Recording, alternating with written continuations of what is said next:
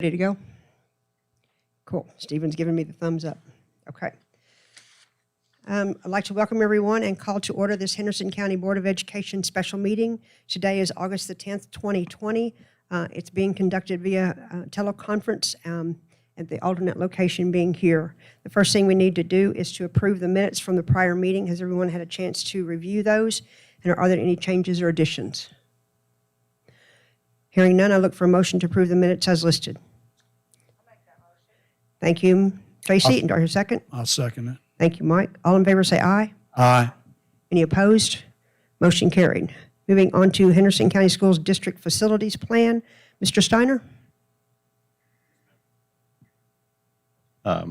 You should have in front of you the request that I sent to Ms. Stanley and also shared with Dr. Lawson about our district facility plan. District facility plan is due this year, and so there are certain steps to take. The first one is to get an architect, because the architect will work probably several months to evaluate our facilities and be ready to share. That's step one, as well as getting a qualified facilitator to work with us if that's your choice. It'd be my suggestion, and I shared with Dr. Lawson and Ms. Stanley as well, that our proposal would be to work with RBS. They did our last one. And so they're familiar with our projects and our facilities. Put on the request, it's per the facilities planning manual, it's about 5 cents a square foot. And then there are some other things that they've included in their contract with us that goes along with that.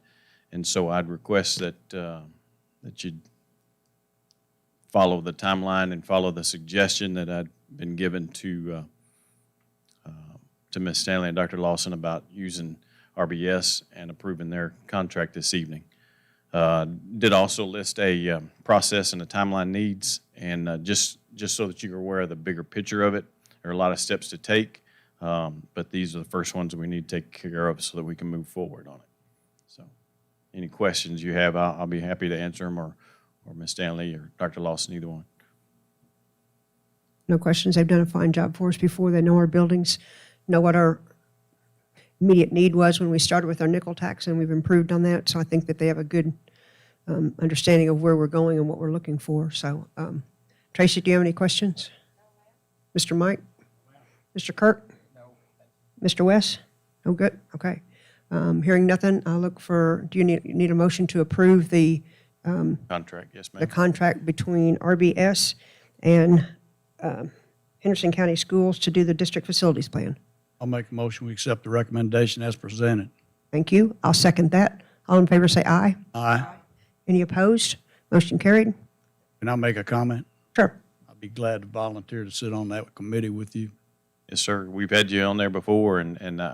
thought it'd be wise to have you back, but I Unless anybody else wants to do it. Don't want the job. No. Wes, That's Kirk, a lot. That's a lot of work. I'd bow to you, one of y'all, if y'all want to do it. That's a lot of work, and you can have it. I got my own facility to say grace over. Thank you. there is another section, and I don't know. I forgot to bring my paperwork with me, but do we have to approve the working with a qualified facilitator, Ms. Stanley? I don't know that we don't have one yet. I gave an estimate about what I would figure it would cost of around $6,000, because in the manual it shares with you that up to 10 schools is $4,500. So I'd ask that if it's okay if we continue with that and ask Ms. Stanley or Dr. Lawson, whoever, to do it. Who was our facilitator last time? We had Butch. Yeah. I'm sorry. Butch Cantley. Is that what you said? Canty. I don't know that I didn't have a contract or anything, but I just hope that you'd allow her to kind of work with KSBA or whoever Okay. we would choose to I make go a motion that we give the approval for Ms. Stanley to negotiate a contract for a facilitator on behalf of the Henderson County School Board. I'll second that. All in favor say aye. Aye. Any opposed? Motion carried. Will the meeting minutes reflect that I volunteered for that too? Thank you, because I think that's part of an action that has to be appointed Yes, by the has to be appointed chairperson. by the chairperson. You're hereby appointed, sir. Thank you. Nobody else wanted the job. You're it. Okay. Anything else, Mr. Steve? K-Fix is a program that KDE is asking us to use in Amoresco, and it's a process of evaluating online your facilities. And we've done that. Billy and Donnie and I have taken areas and we've worked on that, but then there are some fine-tuned things that KDE has sent back to us. And so I'm going to ask, and I shared with Ms. Stanley that we're going to ask RBS, who deals with these specifics, to help us through that. And they said they would, so I've got a lady coming over to meet with me tomorrow to kind of look at some of the things that KDE has sent back saying, hey, you need to adjust this. They deal with it every day, and so it makes sense that they could help us smooth that out and move on and take care of it. But the bulk of the work has been done, and it's been taken care of. We're just now getting some feedback on it. So we're taking care of that as well, so that'll be the last. I'm sure with us giving them the contract to do this, that'd be one of those things they could throw in the pile for free. Thank you, sir. Moving on to approve an emergency reading of a KSBA recommendation, new title, Title IX, Sexual Harassment, Interim Update Policies and Review Procedure. I believe Ms. Beth, is that your part of this? It can be? It's got you listed on there. There have been some changes to the Title IX statutes, regulations, and so we had some interim guidance that was sent down, and the policies and procedures that we're bringing to you they're as written by KSBA. With this disclaimer, the recommendation is that we go ahead, present them so that we can get the protocol, and it's really more of the responsive action that is changing the way we respond to any kind of complaint. There is pending litigation right now, so we're not sure exactly how that's going to play out, but they go into effect, the regulations go into effect this coming week, so it's better to go ahead, approve it in its current form. If the litigation changes everything, we'll come back with revised policies and procedures. Right. And these are typical policy changes that we would do probably in a consent agenda or as a regular form, but this one is taking effect so quickly is the reason Right. we need to do an emergency. And KSBA had indicated we could do it at our regular meeting, even Right. though they take effect, I think it's Friday. Immediately. But since we were having this special work session, we thought we'd go ahead, put it on the agenda, and that way we had it in the books, approved, as it took effect instead of a couple of days later. Do we need to read in what the new, the KSBA numbers are, or just read it, we have it listed here? As long as the minutes reflect that it's an emergency reading, which means that we're going to read it and adopt it in the same meeting. Okay, And that is because it was sent to us with such a short time crunch. okay, The important thing is that the minutes note it's an emergency reading pursuant to our policy that allows it to be read and adopted at the same meeting. okay. Okay. So we can just say that it's the new Title IX procedures. Title IX, okay. Policies, I because it didn't have the affects multiple policies. procedure update, okay. Any questions about that, board members? Any comments? We just need to do it quickly, so we've got it on the books that we did it, okay. So I look for a motion to approve the emergency reading of KSBA's recommended new Title IX Sexual Harassment Interim Policy Update and Review Procedure. Thank you, Mr. Kirk. Do I hear a second? Second. Thank you, Mr. Mike. All in favor say aye. Aye. Any opposed? Motion carried. Reopening of school update. This part, Ms. Stanley, you get this fun part? Yeah, I hear everything changed. I do. Yeah. My comments tonight are a little bit different than when I went to work this morning in preparing for the board meeting tonight. We did include in your board packet, though, a reopening handbook that we've put together, and that's just to share with you that we've tried to put this information in several different locations. It's all on our webpage, but then also we've put it together into a booklet that we were going to hand out next week when we did our soft opening with our students. And we're not exactly sure what the soft opening will look like after this afternoon when the governor requested that we have no in-person classes until September 28th. So we naturally have a principals meeting scheduled for in the morning where we'll discuss how can we make teacher-student contact. That's just the word right now I'm thinking of, contact with our students to be able to kick our year off. So we'll work on searching for great solutions for our kids, for our parents, and for our staff as we move forward there. But I did want to just mention on page 4 that we're wanting to use kind of a stoplight analogy of the different schedules that you all have approved, whether it was in person, a hybrid, or the non-traditional. And then, of course, virtual academies underneath there, and that is just the parent option. And so just as you kind of flip through the handbook, there were different pieces in here. We tried to do a question and answer session. We did come to some conclusion on masks, which was, was kind of a topic of discussion for a while, and consulted with Beth Bird and other attorneys in our co-ops. And so we've addressed those issues in there about the masks and the face coverings and the expectations. Preschool was addressed in there as well. So as of tonight, really the comments are, we've put the parent link out and the message out that we will start, unfortunately, August 26th, NTI. We will work tomorrow. We will start tomorrow collaborating with our principals to be ready to, like I mentioned just a little bit ago, how to connect our students with their teachers. To us, that is so important at the beginning of a school year. There's certainly options that we are able to do. Our kindergarten teachers and principals have already started to, even before today, and this is still very acceptable, make appointments with families. And one by one, the families and the students were coming into the classroom and sitting at their desk and meeting the teacher and getting acclimated to the classroom. We still intend to allow those things to happen. So the governor's recommendation of no in-person class instruction didn't forbid people from being in the buildings. But so we'll be as creative as we can. We're committed to our 7 core values and trying to build genuine relationships, own the outreach, inspire human greatness, and all of them that we do have. So I might then just say, do you all have any questions about opening school or reopening?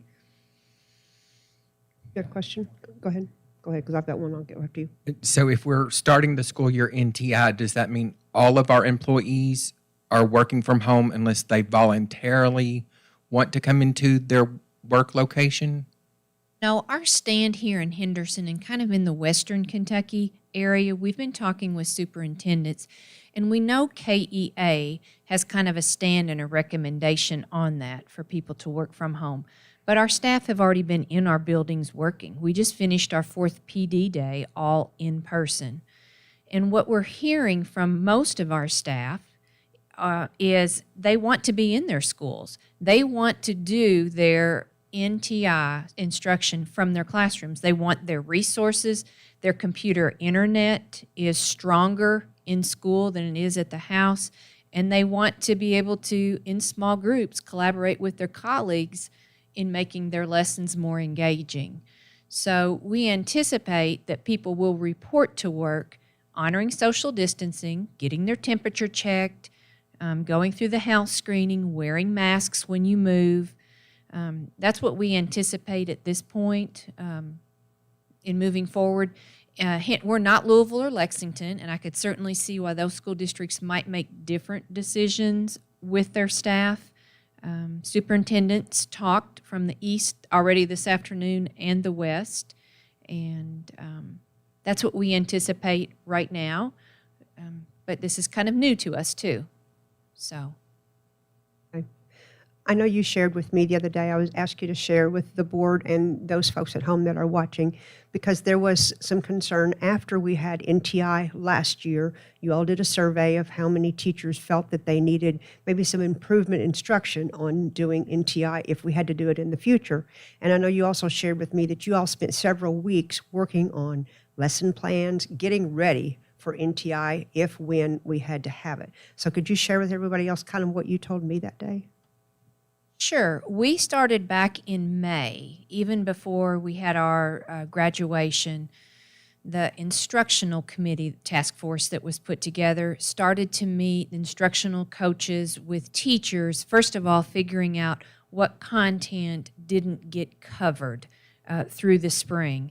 And we had 2 days of meetings in working with teachers, trying to find out what are the gaps. And then the next 2 days, those teachers communicated that to the next grade level of teacher, or like from biology 1 to biology 2, or algebra 1 to algebra 2, or just advanced biology, or something like that, communicating that to the teachers that the students would have this year. So that was one of the first things that we did, just trying to list standards or content that we need to make sure we revisited. So that was the first thing. And then we've spent time, our digital coaches, developing professional development for our teachers. When we saw that there was about 40% who said they didn't feel like they were proficient, we've worked on developing professional development for our teachers. We also know next week we planned a soft opening, but if I'm a 7th grade teacher, the soft opening is only going to affect me 1 day out of the 5 days next week. And so those other 4 days, the teachers have in their classroom to specifically work on their lesson plan. So we also tried to provide them time to develop virtual lessons. And Miss Chrissy Sandifer has told us all along, whether we go 5 days in person, or we do the hybrid model, or we do NTI, because we know at the drop of a hat we're going to have to change a schedule. In your mind, you have to think and plan NTI all the time, so there's not gaps in the continuum of the pacing guides. So we've really addressed and worked hard with that. And of course, you guys also were gracious at the board to give us a 4th digital coach, which will help also support our teachers. So I think that's information that should be great out to the public, because when I think a lot of our public and our parents think about NTI, they envision what we had last spring. And last spring was a spur of the moment, 10 days here, maybe 10 days more. It was not organized NTI the way we would like to have it. It was organized to the best of our ability, but it was not the full-blown the way we would like to teach it. And this year, if we're going to start it that way, you said that they were working on training so they would be prepared when we had to go there. Now we have to go there now, yes, and I think your people probably feel like they're better qualified now. certainly are. And I appreciate that point in bringing it up. Our end-of-week message this week is going to focus on the differences between NTI in the spring and NTI now in August. And where are the resources for parents to go and look and just have all of those ready and share with them. We're even going to, we kind of already had that planned for this week. So the script is already written, and Miss Chrissy Sandifer is going to take us through all of the resources and then have that video for parents to be able to access. Thank you, ma'am. I appreciate you. Yes, ma'am. Tracy? Like districts around us, when you say Western Kentucky, Mariana, having their staff coming in, like people around that, are they doing the same thing? Like, Yes, yes. When we talked on our webinar right after the governor's phone call or Zoom call that we had with him, then we got on and we felt like in Western Kentucky that was really what most of our teachers were championing and wanting. So I couldn't say everyone actually felt that way. And we'll certainly have that discussion with our principals tomorrow also. But yes, having them come to work. And And we kind of also made the analogy that, you know, every business has their employees come to work right now. Every manufacturing company has their employees reporting to work right now and working. And predominantly, most of our teachers do want that. So, yes. You have another comment, Kurt? I do. So a lot of our employees may be their primary childcare provider. So what options are we offering those employees? I assume that we're not allowing any non-employee into the buildings. Is that correct? So we're allowing childcare. If you're a kindergarten through fifth grade child, you could come to work with your Parent. right? Okay. If you're below kindergarten, you would have already had to provide childcare for them because they wouldn't be school age and it's a working day. But our employees have been working from home since March, so there's not that much childcare available out in the public. Sure, So- but our folks were prepared, as most of Western Kentucky, that we were going back in person. Oh, okay. So they were securing child care arrangements. So we just finished our 4th day of professional development, and they found child care somehow. I'm not saying it's easy by any means, but that would have been the expectation. And is it And so they have to stay, the kids then would have to stay in their classroom with their that's parent. with their parent, right? And that's easy to do. It's a big enough space, and so okay? Which for a while is a great option to be able to offer that to them. Yes. right. And I saw several folks today, retired teachers, retired school folks that were offering to do daycare during NTI to help out some parents in small groups.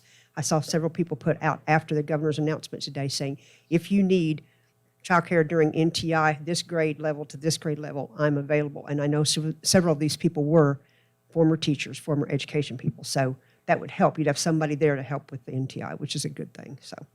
And we have also heard just a brainstorm today, Tracy, that some school districts were going to take maybe a kindergarten aide and maybe help with the child care. I don't think we're really going to advocate for that because we want less people blended together, if that makes sense. It might work for them. Like Breckinridge County is even much smaller than what we are. So that might be a win for them. But we'll stay flexible. Our principals, we feel very confident, have the temperature of what's going on in their building and which staff members may need a slight accommodation somehow, some way, and we'll work with our people. So, Cool. Thank you, ma'am. Ms. Beth, I believe we have a resolution. Do I need to read this resolution? Would you like to speak about it first? We actually have 2 resolutions. Two resolutions. And Oh, I do we see them different. separated them. One of them is the additional emergency leave. It's addressing the COVID, we're calling it COVID emergency leave that's provided for under federal law. And we wanted to do the resolution to make it clear that this is separate from our policy on sick leave. Because there's a lot of confusion out there about, okay, well, what if we just, I only have 10 days of sick leave, what do I do? I will tell you that the HR department has some amazing flow charts and diagrams to be able to share with people that make it clear for even people like me that are very visual, that if you have this, then you go to each box. So, because there are different allowances under the COVID leave for whether or not you're under an isolation order, or if there's a separate leave for if you have childcare issues that are also available. So the first resolution is a resolution granting additional emergency leave for the COVID-19 pandemic. It's limited to this school year. It's for the specific reasons that are stated in the existing regulations. They're recited therein. If you're subject to a quarantine order, if you've been advised that you need to self-quarantine by a healthcare provider, if you have symptoms, if you're caring for a family member that is subject to a quarantine order, or experiencing another similar condition that's specified by the Secretary of Health and Human Services. So it's not just, you have a sniffle. I mean, it has to fall within a category, Some COVID-related category, correct. category. And we want to make it clear that an employee may request this leave more than once. You hope not, but you may be subject to quarantine more than once during the school year. But each time you will have to request the leave, and there's a very detailed form you fill out and submit to HR. So that's the first resolution, and I don't think it's necessary to read the whole thing. If we show it on the screen and just and make it clear that the purpose of the resolution and that it's limited to this school year, that we're doing it in response to the COVID-19 pandemic. Is that something that could be added to someplace to where this involves our employees, correct? Yes. Because this be made available to our employees someplace, Ms. Morgana, so that they can read this, not just what's on the screen here? Can we do that? Okay. And it will be available then to our employees. Okay. Yes, and the reason we're doing it by resolution is because it is a limited scope,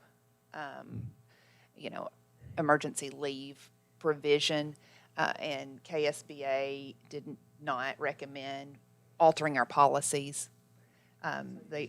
We did this just this school year, and the board's authorizing, this additional leave, so it covers our basis legally without changing our policies. Okay. So we can, and the information that HR has available has all this in it. Okay. It's not called a resolution, but all the details are involved in yes, that. they're Okay. available. Okay. I understand. I'm sorry, what? Okay. Okay, sure. Kirk's got a question. Okay, so, and I just thought of this. So we're using the word leave as in you're absent from your work building, or you're Yes. absent as in you're not performing any work duties? So this is absent from work Or- duties. This is separate. is just This is duties. So you may not need to if you're able to telecommute, if you're able to teach remotely, you wouldn't need to request this leave necessarily. If you're just under an isolation order, if you could do it from home, if you could teach your class or perform your duties from home, you might not need to request this leave. And that's why it's going to be very individualized. It's there if you need But it. it allows you, if you say we are in person and you're under a quarantine and you can't come in and you cannot do your job remotely, it allows you to have 10 days of paid leave. That's provided for. Okay, so I'm just not keeping up with 600 pages of policy. Do we have a telework policy? If not, like I'm reading this and I'm thinking, okay, leave is, we just defined leave as not performing work duties. So, but letter 1A and 1B, you could be quarantined, but we don't have a policy that kicks in that says this is your telework Okay, arrangement. right. And so- Those would be more of our accommodations. Some of those would fall within things where we can do under ADA and we have had situations, up until, even today, where we have employees that are working from home if their situation warrants. So I have something that totally off the cuff. So may I ask Morgana a question? So seeing number 1 where it says approval by the superintendent or the director of HR, would you be agreeable to add emergency leave or telework arrangements can be made? And that way we don't have to.